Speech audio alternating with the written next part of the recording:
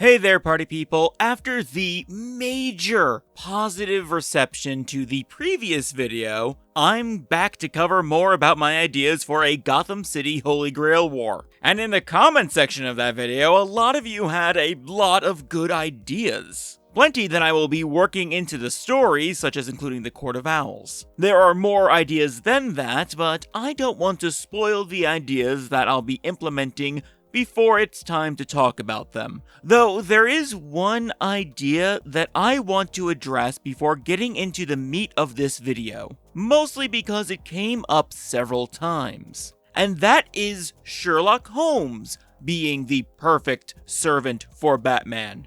I will say that I don't necessarily disagree with this assertion, but the problem is that I just do not find it all that interesting, especially in the setting that I'm creating. If I was writing a mystery noir, sure, that would be fun to have two of the greatest detectives teaming up, but in a Holy Grail war, it feels redundant. In FGO, Sherlock is characterized as not really giving answers, much to people's annoyance, which is a moot point when Batman is fully capable of figuring things out just as quickly, and also dispensing answers. Ultimately, from a narrative point of view, Sherlock being Batman's servant can have good moments, but the dynamic doesn't add nearly as much as Benny Enma does.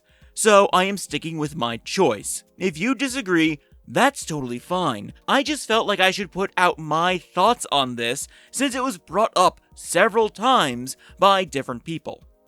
But with that out of the way, we can get on to talking about the real stars of this video, my take on Cassandra Cain's Batgirl, and Dr. Harley Quinn, along with their respective servants, Chiome and Kriemhild. Ultimately, I'm picturing this story to be more of an ensemble piece, closer to Fate Zero, where the focus jumps around a lot, and there's less of a main character. Obviously, Kiritsugu is seen as the main protagonist and is listed as such, but what I mean is that there is a lot of time where the focus is on other characters, sometimes in equal parts to him. With this in mind, despite starting off this video series with Bruce, I actually see Cassandra being this kind of protagonist. There would be more focus on her as the story progresses. It's one of those things where Batman starts off looking like the central focus, but it's really Batgirl's story. And that story begins not too dissimilar to her comic counterpart. Raised as Cassandra Cain by her father, famed assassin David Cain, to be an unfeeling, killing machine since birth. She is not taught social norms, even language, or anything else except how to efficiently kill people by reading and communicating purely through body language. This gave her a seeming precognition, able to read people's attacks and emotional state just by watching them, and being able to act accordingly with deadly precision. Her training would be tested at the age of only 8, when she was sent to kill a crime boss, and with ease, she succeeded. And it was at this moment, despite fulfilling her purpose that she was raised for, despite never being taught right from wrong, she looked at the body before her and saw the sheer difference between life and death. As only a child, she immediately knew that what she had done wasn't a good thing. Such was the fundamental core of her nature. And so she ran away, far away, until she found her way to America, to Gotham City. There, things take a slight change. She takes on a somewhat similar role to Tim Drake. But unlike him, she's living on the streets, more than capable of fending for herself, even without the ability to communicate properly. She watches and admires the duo of Batman and Robin doing what is right, and she does the same, but in smaller ways. You know, stopping smaller, more petty crimes that can be missed in such a big city. She even meets the Batgirl at the time, who does try to help her, but Cassandra is unwilling at the time. Though the two do meet up several times, even work together in certain ways, until one day Cassandra stops seeing Batgirl around. And sometime after that, she also stops seeing Robin. She sees something else instead, a much more ruthless Batman. In the glimpses that she can get, in the rare videos that are caught, in the state criminals are left in, she can read it so clearly. He is in pain. It was the first time that Cassandra was actually certain that the Batman was a human, a real living person. She did not know what happened to Batgirl and Robin, but whatever it was made Batman fall into anguish. At that moment, she resolved to find him, using her training as an assassin to track down and meet Batman for herself. And she found him in a dark alley, mercilessly beating a group of thugs. After all her time in Gotham, she was still poor with words. Besides, she knew that words wouldn't work here. So she drop-kicked Batman. At first, Batman thought that she was some kind of hired assassin, as one would, but eventually realized this girl was treating this like a sparring match. Every time that she would be able to land a clean hit, she would stop short and do a different attack that would be blocked. Eventually, both would run out of stamina. Cassandra would lower her guard, her expression blank and unreadable, as it had been this entire time. She spoke, only asking a single phrase, one that Batgirl had asked her several times. "Need a hug?" Batman was dumbfounded, but quickly realized what was happening. He understood what she was about now, and asked her name. After that night, Cassandra would be brought to Wayne Manor, and over time she would not only become the new Batgirl, but would be adopted as Bruce Wayne's daughter, Cassandra Wayne. Then, in the story proper, as mentioned in the previous video, she is given command seals by John Constantine, as he'd really just not participate himself, at least directly. And as a master, she summons the assassin Mochizuki Chiyome. And I will be quite honest, there's no super deep meaning between the two, or why I chose Chiyome. There are plenty of servants that could work with Cassandra, but I just really like Chiyome and think that the two would have a really nice dynamic. Overall, my version of Cassandra is a stoic weirdo. You know, that character type where they have no expression, but are just really weird in the best way. Think like Shigure from Kenichi, or Aharen from Aharen, or even how Hakunon is depicted sometimes, blank face, but JoJo posing.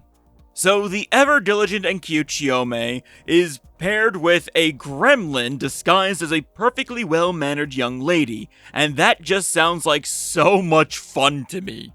Also, it is worth noting that Cassandra did get to meet the original Batgirl again, Barbara Gordon. After a Killing Joke situation, Barbara was crippled, and after a recovery period, she took on the role of Oracle, and is largely a supporting character in this story, being the tech support to Constantine's magic support, that kind of deal. And I know you may be asking how she is standing despite what I literally just said, and that is because of special Wayne Industries cybernetic leg braces. As Barbara in her daily life, she has a less bulky version, and they're still experimental, so at times it is more comfortable to use a wheelchair.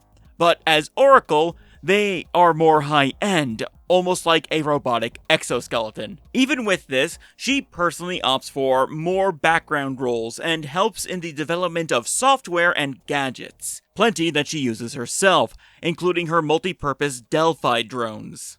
And with the next character, it is important to note that her run-in with the Joker happened before Harley Quinn would arrive on the scene. Her stint with her Puddin was actually quite short before the murder of Jason Todd and his subsequent disappearance. But the origin is much the same as you know. Dr. Harleen Quinzel was a promising, up-and-coming young psychiatrist that was deeply fascinated with those who were deemed evil. The criminally insane that seemed to have lost all humanity, and she wanted to understand them, to see how they worked. If she could fix them, well, that was more like a bonus to her. She didn't actually care much about that at this point in her life. Her first and primary goal was understanding, and that led her down a dark path when she was assigned to the Joker after he assaulted the police commissioner and his daughter.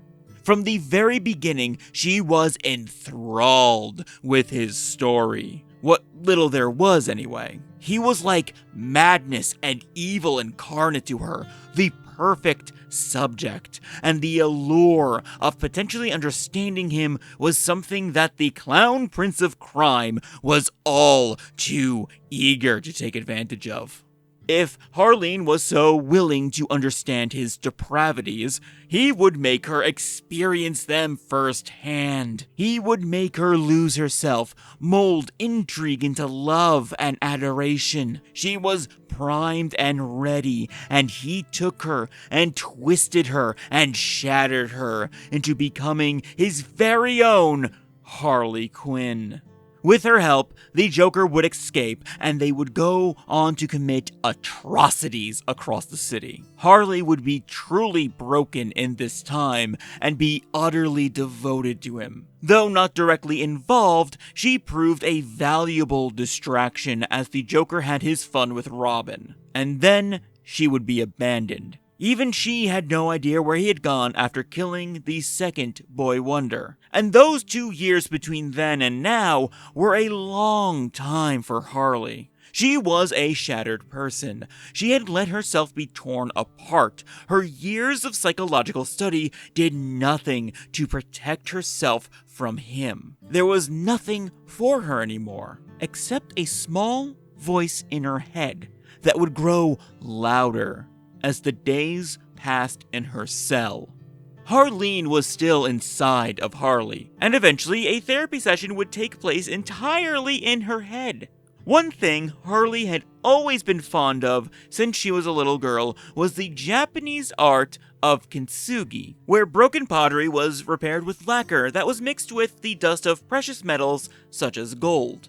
She saw it passing an antique shop once, and the concept never left her head. The idea that something could look so beautiful after it had been ruined. That something could gain a completely different meaning while retaining its original shape. It was kintsugi that had originally inspired her to become a psychiatrist. After all, why can't the psyche be put back together the same way? To restore a person with new meaning, make them whole again. And when had she forgotten that? Well, she remembered it now, as Harleen and Harley came together. Harley Quinn was the shattered pot. She couldn't go back to being Harleen Quinzel again, but she could redefine herself, fill in the cracks with beauty, and be the best parts of both of who she was. Villainy and madness still was an interest to her, and she will still walk that path of her own accord. But she's not some lackey dumbing herself down and playing the jester. She's a doctor. Dr. Harley, thank you very much. Bursting onto the scene, not the violent psychopath that she was, but a criminal nonetheless. Much more calculated and cerebral, with the ability to play nice. Sometimes, at least. Ask Barbara, she would know. Though, of course, she is not above violence and mania, and should she ever meet that smiling bastard again, she has plans to show him just how violent she can really be. And as luck would have it, the Grail War would be starting up during her major rise to power in the underworld of Gotham City. And of course, the chance of getting a wish is just too good to pass up. Though she hasn't really chosen exactly what it would be. After a very, let's say, intense therapy session with the Penguin, Harley would get her own command seals and summon the Berserker Kriemhild. Thanks to her doctorate and a very hands-on experience, being able to handle the madness of her servant was pretty easy for her, especially as they do have some overlap with each other. Though, in some ways, Harley's personal spite does tend to make Kriemhild's feelings towards Siegfried even more sour. Regardless, the two still make a formidable duo, and quite the pair to watch out for. But for now, that's all I got. I think 2 masters plus a little bonus oracle is plenty for one video. What do you guys think? And what do you think of my take on these characters? I know I didn't change the core of their origins too much, but I'm personally proud of the twists and turns I gave to them. And I'm also super happy with how all of the art came out. Seriously, go check out each artist featured in this video using the links in the description below. They all deserve love and support. And if you also want to support the channel, consider becoming a member.